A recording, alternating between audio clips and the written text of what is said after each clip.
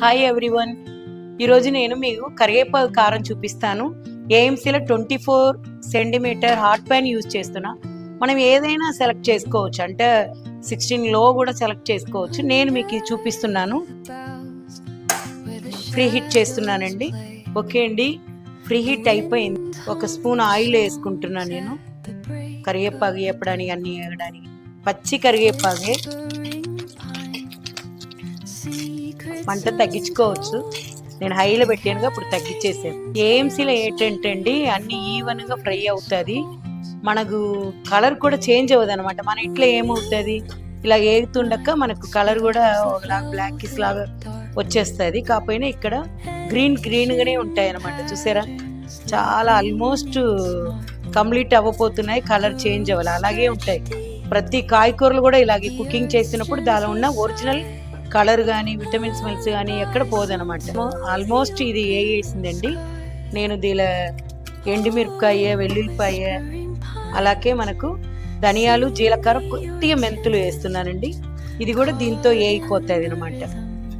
మనకు కరివేపాకు కంటికి చాలా మంచిది. పిల్లలకు చెప్తే మన కూరల నుండి అన్నీ తీసి పడేస్తారు కదా, ఇలా పొడి చేసి ఇవ్వండి.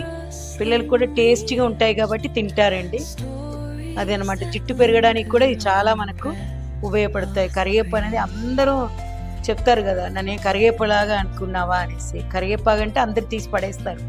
కాకపోయినా మనం ఇలా చేసి పెట్టడం వల్ల మనకు, పిల్లలకు, అందరికీ మంచిదండి. కంటికి, జుట్టుకు, అన్నిటికి. ఇది ఆల్మోస్ట్ మంచిగా వేగిందండి. చాలా వేడిగా ఉంటాయి కదా, దీన్ని మనం ఒక 5 నిమిషాలు పక్కన పెట్టేసి అప్పుడు మిక్సీ వేసుకుంటాం.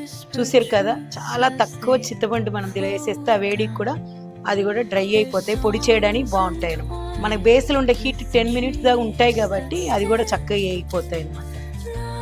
చూసారా, చక్కగా మనకి ఇలా చేస్తే ఇలాగ అయిపోతున్నాయి. దీన్ని మనము ఇంతసేపు ఆరింది, ఇప్పుడు మనం గ్రైండ్ చేయడానికి తీసుకుంటున్నాం. ఇప్పుడు ఇది మనం చేసుకొచ్చాము.